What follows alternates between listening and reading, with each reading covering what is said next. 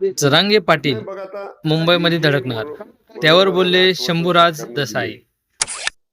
नाही बघ आता जे मनोजदादांना आश्वासन सरकारनं दिले, दर मंत्रिमंडळ बैठकीनंतर मंत्रिमंडळ उपसमिती जी आहे मराठा आरक्षणाची, दर विखे पाटील साहेबांच्या अध्यक्षतेखाली दर कॅबिनेट नंतर आम्ही बसतो आणि किती पूर्तता झाली, किती दाखल्यांचं व्हेरिफिकेशन झालं, किती लोकांना व्हॅलिडिटी मिळाली, या प्रत्येकाचा आढावा व्हीसी वरती सगळे कलेक्टर असतात, सगळे डिव्हिजनल कमिशनर असतात आणि जे आश्वासन दिले त्याच्या पूर्ततेसाठीचा फॉलोअप हा सरकारचा चालू आहे. वेगळा कक्ष मंत्रालयामध्ये, वेगळा स्वतंत्र कक्ष मराठा आरक्षणासाठी स्थापन करण्याची कार्यवाही पण सुरू आहे.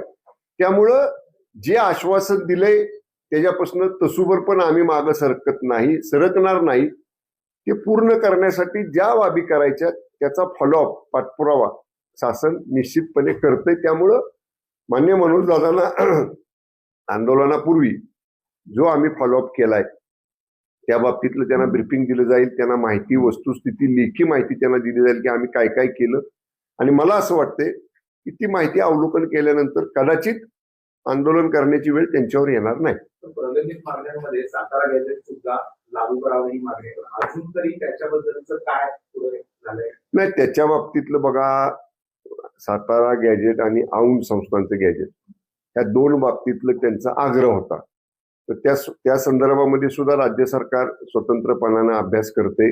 दोन्ही गॅजेट लागू करण्यासाठी काय करावं लागेल त्या बाबतीत सुद्धा. आणि सातारा गॅजेटच्या बाबतीत मागच्याच एकदा ह्याच्यात की माननीय शिवेंद्रसिंह राजे भोसले जे इथल्या रॉयल फॅमिली मधले आहेत, राजघराण्यातले आहेत आणि आमच्या मंत्रिमंडळ उपसमितीचे सदस्य देखील आहेत, त्यांच्याशी सुद्धा या बाबतीतली चर्चा करून सातारा गॅजेटच्या बाबतीत कशा पद्धतीनं पुढचं धोरण ठेवायचं या बाबतीत आम्ही बैठकीमध्ये त्यांच्याशी चर्चा करू.